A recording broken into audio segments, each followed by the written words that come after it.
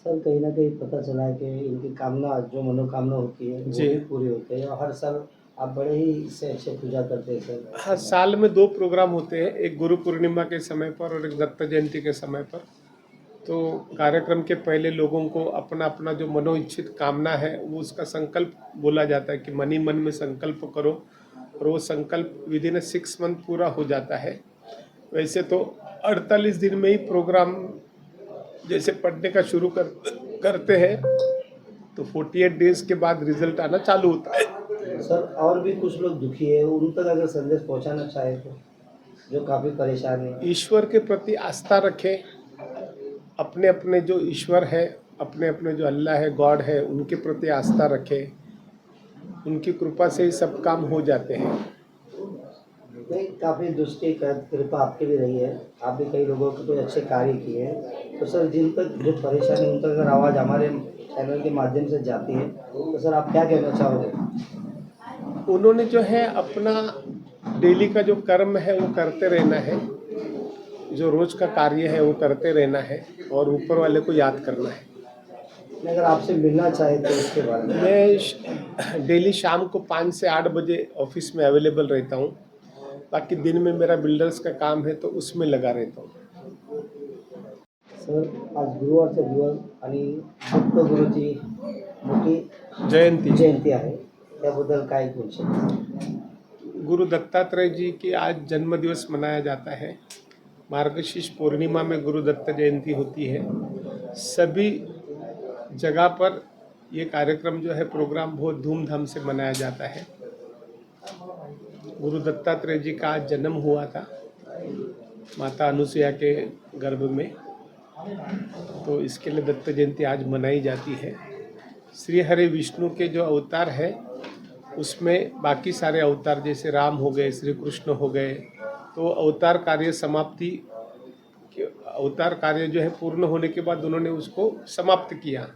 लेकिन गुरु दत्तात्रेय जी का जो अवतार है वो अविनाशी है। अविनाशी मतलब नाश नहीं होने वाला। और दत्त प्रभु आज भी लाखों जगह पे एक ही समय पर दर्शन देते हैं। लोक कल्याण का काम दत्तात्रेय जी ने किया है और आज भी कर रहे हैं। तो सर आज कहाँ से लोग आए बहुत दूर दूर से, उनके बारे में क्या कहना आज चाहिए? कर्नाटक से लोग आए, राजस्थान जयपुर उदयपुर से आए, कच्छ से आए, महाराष्ट्र से नासिक और जलगांव भुसावल से आए। दूर दूर से लोग आते हैं दत्त जयंती के अवसर पर। मॅडम आज दत्तगुरूजी जयंती पण आहे आणि राजाराम गुरुजी साहेब जे आहेत त्यांच्याबद्दल काय बोलणार तुम्ही? आज दत्त जयंतीच्या निमित्ताने सर्वांना शुभेच्छा. आणि आज आम्ही दादांकडे आलेलो आहोत आणि आज आम्ही त्यांचे जे काही आहे त्यांनी आम्हाला साधना करण्यासाठी वगैरे दिलेली होती. पण त्याचे आम्हाला खूप छान अनुभव आले आहेत आणि अगदी छोट्याशा कालावधीमध्ये आमचे बरेचसे मार्ग मोकळे केलेले आहेत त्यांनी. आणि बऱ्याच जणांना आज त्यांनी आपापले सगळे विचार त्यांनी मांडले आहेत की त्यांना कसं काय अनुभव आला आहे आणि त्यांच्यामुळे त्यांचे कसे मार्ग आणि किंवा काही टेन्शन्स असतील किंवा काही त्यांच्या अडचणी असतील त्या कशा दूर झाल्या आहेत. त्यांनी सगळे आपापले विचार मांडले आहेत.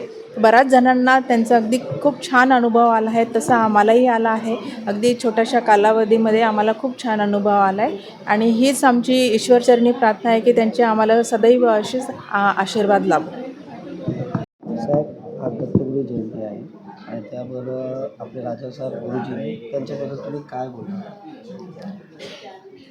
आम्ही त्यांना दादा म्हणतो. दादाकडे येण्याचा योग आमची एक सामाजिक कार्यकर्ती वंदना बनसोडे म्हणून, जी की मला बाबा मानते.